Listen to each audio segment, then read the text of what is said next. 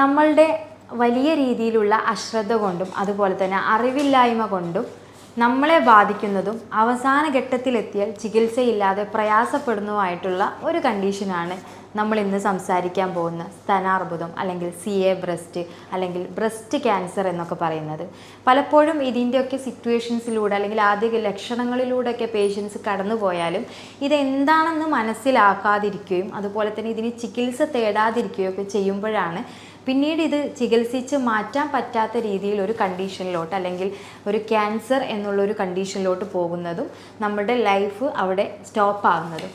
പലപ്പോഴും നമ്മളുടെ അസുഖങ്ങളെ തരംതിരിക്കുമ്പോൾ അല്ലെങ്കിൽ അർബുദമായിട്ട് തരംതിരിക്കുമ്പോൾ ശ്വാസകോശ അർബുദങ്ങൾ കഴിഞ്ഞു കഴിഞ്ഞാൽ പിന്നീട് കാണപ്പെടുന്ന അല്ലെങ്കിൽ അതുവഴി മരണങ്ങൾ സംഭവിക്കുന്ന ആ ഒരു അവസ്ഥ സെക്കൻഡ് സ്റ്റേജാണ് സ്തനാർബുദം അല്ലെങ്കിൽ ബ്രസ്റ്റ് അല്ലെങ്കിൽ ബ്രസ്റ്റ് ട്യൂമർ എന്നുള്ള രീതിയിലൊക്കെ നമ്മൾ പറയുന്നത്. അപ്പോൾ ഇന്ന് നമ്മൾ അത്തരം കാര്യങ്ങൾ വന്നതിന് ശേഷം ഉള്ളതല്ല, വരാൻ പോകുന്നതിന് മുന്നോടിയായിട്ട് പ്രധാനമായിട്ടും അറിഞ്ഞിരിക്കേണ്ട കാരണങ്ങളും അതുപോലെ തന്നെ അതിൻ്റെ ലക്ഷണങ്ങളും നമുക്ക് എന്തെല്ലാം ചെയ്യാൻ പറ്റും, ഇനി വന്നു കഴിഞ്ഞാൽ ഫസ്റ്റ് സ്റ്റേജിലെല്ലാം എന്തെല്ലാം നമുക്ക് ചെയ്ത് നോക്കാം എന്നൊക്കെയാണ് ഇന്ന് സംസാരിക്കുന്നത്. ഞാൻ doctor Haseena, doctor Basil homeo hospital, Pandikkad, Malappuram ജില്ല. ഈ ഒരു സ്തനാർബുദം അല്ലെങ്കിൽ ബ്രസ്റ്റ് വരാൻ സാധ്യതയുള്ളതും അതുപോലെ തന്നെ കാരണവും ആർക്കൊക്കെ എന്നുള്ളതാണ് ആദ്യഘട്ടത്തിൽ നമ്മൾ നോക്കുന്നത്. സാധാരണ രീതിയിൽ നമുക്ക് സ്തനാർബുദം വരാൻ കാരണങ്ങളെന്ന് പറഞ്ഞാൽ ജനറ്റിക്കായിട്ട് പാരമ്പര്യമായിട്ടുണ്ടെങ്കിൽ വരാനുള്ള സാധ്യത കൂടുതലാണ് എന്ന് വിചാരിച്ച് നമുക്ക് പാരമ്പര്യമായിട്ട് എല്ലാവർക്കും അങ്ങനെ ഉണ്ടാവണം എന്നില്ലെങ്കിൽ പോലും നമ്മുടെ ഫാമിലിയിൽ ഒരാൾക്ക് ഉണ്ടായിട്ടുണ്ടെങ്കിൽ, ലൈക്ക് നമ്മുടെ ഉമ്മാക്കോ അല്ലെങ്കിൽ നമ്മുടെ സിസ്റ്റേഴ്സിന് അല്ലെങ്കിൽ അമ്മായിമാർക്ക് പൊതുവേ കുടുംബത്തിൽ ആർക്കെങ്കിലും ഉണ്ടായിട്ടുണ്ടെങ്കിൽ നമ്മൾ കമ്പാരിറ്റീവ്ലി നോർമലി കമ്പയർ ചെയ്ത് നോക്കുമ്പോൾ അത്തരം ആളുകളിലുള്ള ഒരാൾക്കും കൂടെ വരാനുള്ളൊരു സാധ്യത കൂടുതലാണ്. രണ്ടാമതായിട്ട് അതായത് നേരത്തെ ആയിട്ട് ആർത്തവം സംഭവിക്കുകയും അതുപോലെ തന്നെ ആർത്തവ വിരാമം കുറേ സമയം അല്ലെങ്കിൽ കുറേ വയസ്സിന് ശേഷം സംഭവിക്കുകയൊക്കെ ചെയ്യുന്ന കേസുകളിൽ നമുക്ക് വരുന്നത് അതായത് ആ ഒരു പ്രോസസ്സും ഇതിൻ്റെ ഒരു കാരണമാണ്.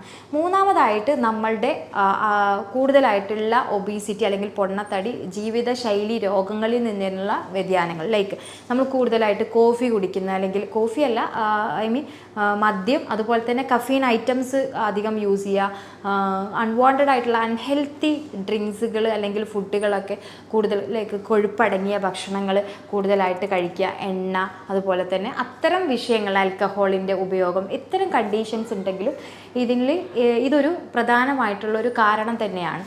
ഇനി പറയാൻ പോകുന്നത് നമ്മളുടെ ഹോർമോണൽ ഇംബാലൻസ്. അത് നമ്മൾ ഹോർമോൺ ടാബ്ലറ്റുകൾ, ഇപ്പോൾ ഗർഭനിരോധന ടാബ്ലറ്റുകളൊക്കെ കൂടുതലായിട്ട് എടുക്കുക, അല്ലെങ്കിൽ ഇൻ ബിറ്റ്വീൻ എന്തെങ്കിലുമൊക്കെ ടാബ്ലറ്റുകൾ, ഹോർമോൺ ഡിസോർഡേഴ്സ് അല്ലെങ്കിൽ ഇംബാലൻസിനുള്ള ട്രീറ്റ്മെൻറ്റ് എടുക്കുന്നതിൻ്റെ ഭാഗമായിട്ട് ഒരുപാട് ടാബ്ലറ്റുകൾ എടുക്കുന്നതും സ്തനാർബുദം വരാനുള്ളൊരു കാരണം തന്നെയാണ്. ഇനി ഇതിനെ കൂടുതലായിട്ട് നമ്മൾ ക്ലാസിഫൈ ചെയ്യുകയാണെങ്കിൽ അല്ലെങ്കിൽ കൂടുതലായിട്ട് നമ്മൾ ഇതിനെ മനസ്സിലാക്കിയെടുക്കുകയാണെന്നുണ്ടെങ്കിൽ ആദ്യം പറഞ്ഞ പോലെ പാരമ്പര്യം ശ്രദ്ധിക്കേണ്ട ഒരു കാര്യം തന്നെയാണ്, എങ്കിൽ പോലും എല്ലാവർക്കും വരണം എന്നുള്ളൊരു സാഹചര്യമില്ല.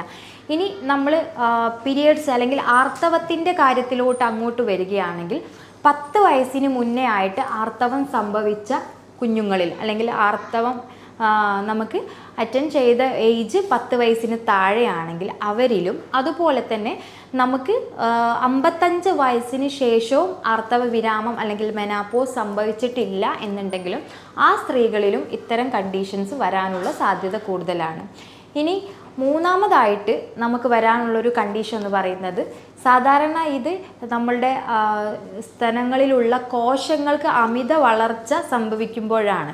സോ ആ ഒരു വിഷയമായിട്ട് ബന്ധപ്പെട്ട് നമ്മൾ നോക്കുകയാണെങ്കിൽ തീരെ ഗർഭിണികളാവാത്ത ഒരവസ്ഥകളിലും അതുപോലെ തന്നെ നമുക്ക് ചെറിയ രീതി, അതായത് ഗർഭം നിർത്തി ചെറുപ്രായത്തിലൊക്കെ ഗർഭിണികളായിട്ട് അത് നിർത്തിയ സ്റ്റേജിലും കുറച്ച് കഴിയുമ്പോൾ നമുക്ക് തീർച്ചയായിട്ടും ഇത് വരാനുള്ളൊരു സാധ്യത മുൻകൂട്ടി കാണേണ്ടതാണ്. പിന്നീട് നമ്മൾക്ക് പറയാനുള്ളത്, ആദ്യത്തെ ഗർഭധാരണം 30 വയസ്സിന് ശേഷമാണ് ഉണ്ടാവുന്നത് എന്നുണ്ടെങ്കിൽ അവരിലും ഇത്തരം കണ്ടീഷൻസ് വരാനുള്ളൊരു സാധ്യത കൂടുതലാണ്.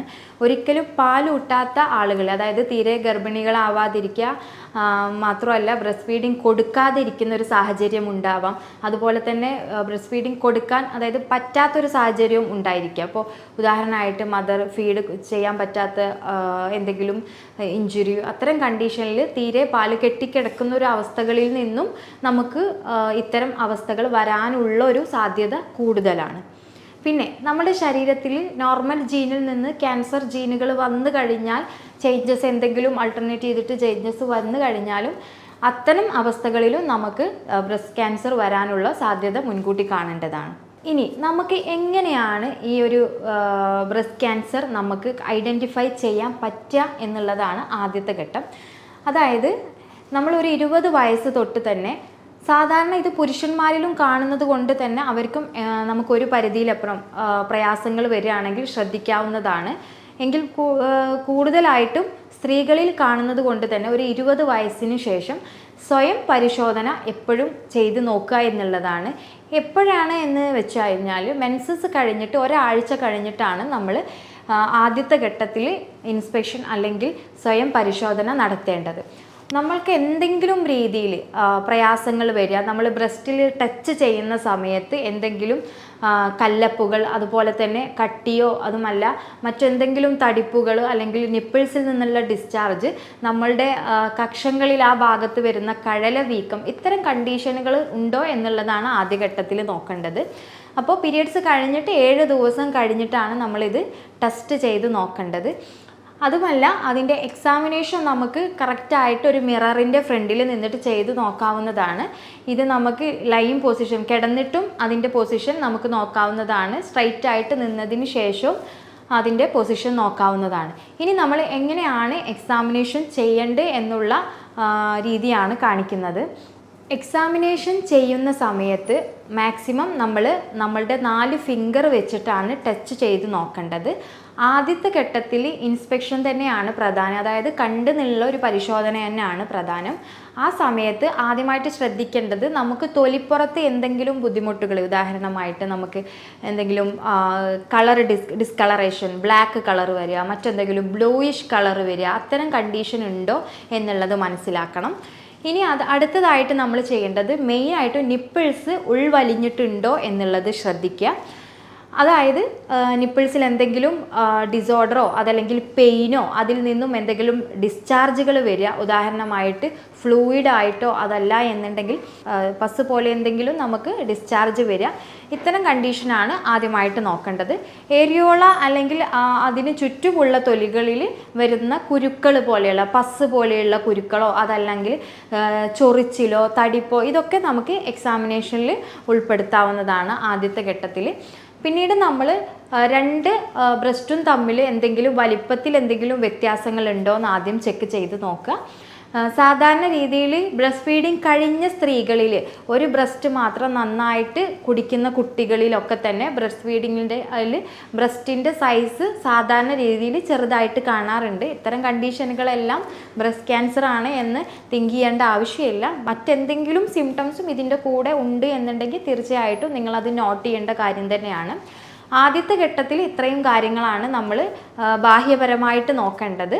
പിന്നീട് നമ്മൾ ടച്ചിങ് എന്നുള്ളൊരു വിഷയത്തിലോട്ടാണ് പോകേണ്ടത്.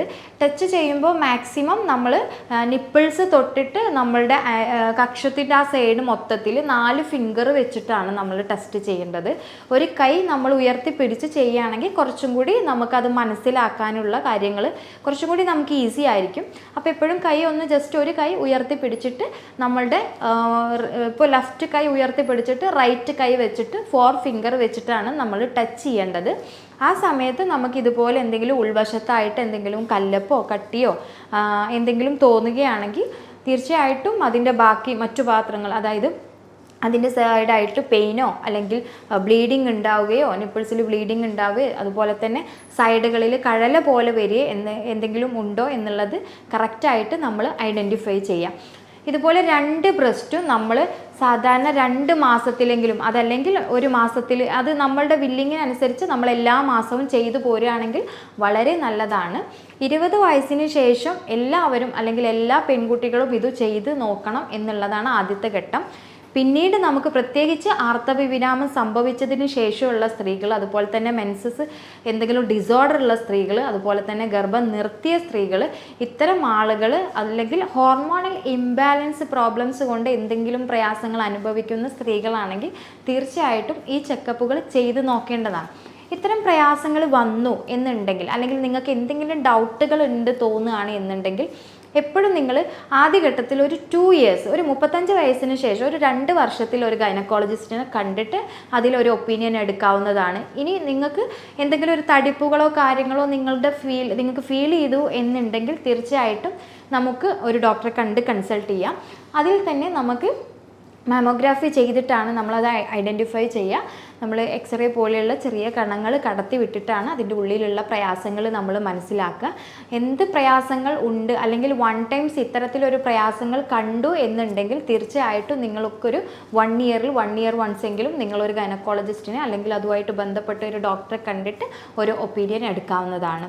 ഇനി ഗർഭിണികളിലാണ് ഇത്തരം പ്രയാസങ്ങൾ കണ്ടു എന്നുണ്ടെങ്കിൽ ഡയറക്റ്റായിട്ട് തന്നെ നിങ്ങളുടെ ഡോക്ടറെ ഇത് വിവരം അറിയിക്കുക. അതിന് വേണ്ട നിർദ്ദേശങ്ങൾ നിങ്ങൾ എടുക്കുക. ആ സമയത്ത് ഗർഭിണികളാകുന്ന സമയത്ത് നമുക്ക് സ്തനാർബുദം സംഭവിച്ചു കഴിഞ്ഞാൽ ഒരിക്കലും നമുക്ക് മറ്റ് കണ്ടീഷനോ കൂടുതൽ മെഡിസിൻസ് എടുക്കാനോ പറ്റുന്നതല്ല. അപ്പോൾ അതിനനുസരിച്ച് നിങ്ങളുടെ ലൈഫ് സ്റ്റൈൽ നിങ്ങൾ കറക്റ്റ് ചെയ്യുക. അത് നിങ്ങളുടെ ഡോക്ടറുടെ സഹായം തേടുക. ഇനി നമ്മൾ ശ്രദ്ധിക്കേണ്ട കുറച്ച് കാര്യങ്ങളെന്ന് പറഞ്ഞു കഴിഞ്ഞാൽ, കൂടുതലായിട്ട് അമിതമായിട്ടുള്ള എണ്ണക്കടികളും കൊഴുപ്പടങ്ങിയിട്ടുള്ള ഭക്ഷണം. കാരണം നമ്മളുടെ ബ്രസ്റ്റ് എന്ന് പറയുന്നത് ഫാറ്റ് ഡെപ്പോസിറ്റഡ് ആണ്. അപ്പോൾ കൂടുതൽ അൺവാണ്ടഡ് ആയിട്ടുള്ള ഫാറ്റുകൾ കഴിക്കുന്ന ശീലം ഒഴിവാക്കിയിട്ട് റിച്ച് ആയിട്ടുള്ള കാര്യങ്ങൾ ചെയ്തു കൊടുക്കുക. ഇനി നിങ്ങൾ ചെയ്യേണ്ട ഒരു കാര്യം എന്ന് വെച്ചാൽ, നിങ്ങൾ എപ്പോഴും ബ്രസ്റ്റ് കെയർ ചെയ്യുന്നത് കൊണ്ട് തന്നെ, അല്ലെങ്കിൽ ബ്രസ്റ്റിൽ ക്രാക്സ് വരുന്ന ആളുകളുണ്ടാവും, ചൊറിച്ചിൽ വരുന്ന ആളുകളുണ്ടാവും.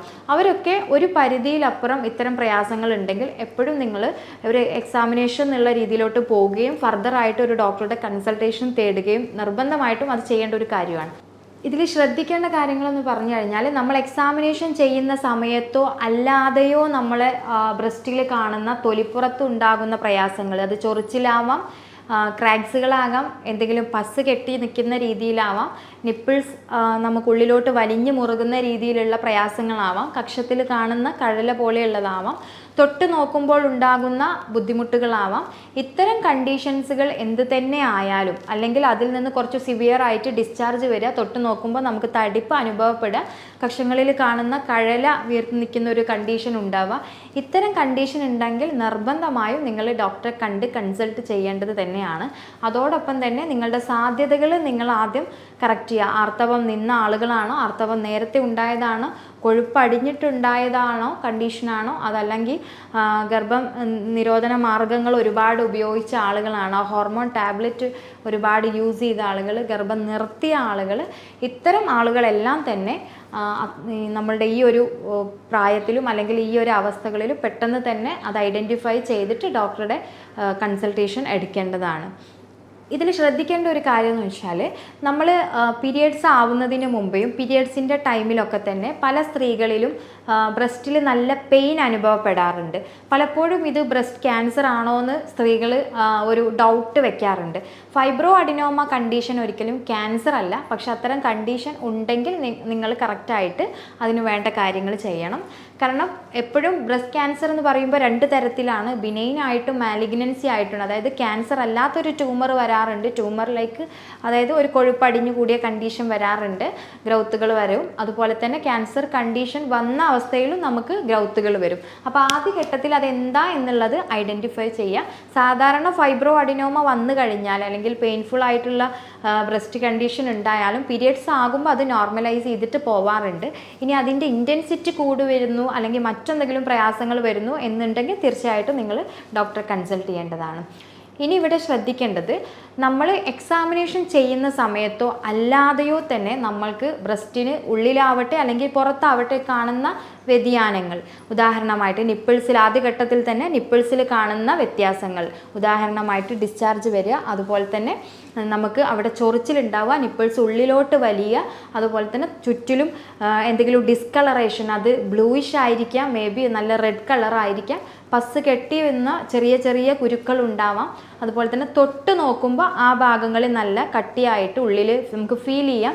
അത് മൂവ് ചെയ്യുന്നതും മൂവ് ചെയ്യാത്ത രീതിയിലും ഉണ്ടായിരിക്കും. അതുപോലെ തന്നെ നമുക്ക് പെയിന് നമ്മുടെ കക്ഷങ്ങളുടെ സൈഡിൽ പെയിനുകളോ അല്ലെങ്കിൽ കഴല കെട്ടി നിൽക്കുന്ന രീതിയോ ഉണ്ടാവാം. ഇത്തരം കണ്ടീഷൻ ഉണ്ടെങ്കിൽ നിർബന്ധമായും തന്നെ നിങ്ങൾ ഡോക്ടറെ കണ്ടിട്ട് ഒരു ഒപ്പീനിയൻ എടുക്കുക എന്നുള്ളതാണ്. ആദ്യഘട്ടത്തിൽ നമ്മൾ ഐഡൻറ്റിഫൈ ചെയ്യണം. അത് മാമോഗ്രഫി വെച്ചിട്ട് നമ്മൾ ഐഡൻറ്റിഫൈ ചെയ്യുക, മറ്റു ഫർദർ ആയിട്ടുള്ള പ്രോസസ്സുകൾ വെച്ചിട്ട് ഐഡൻറ്റിഫൈ ചെയ്യുക എന്നുള്ളതാണ്.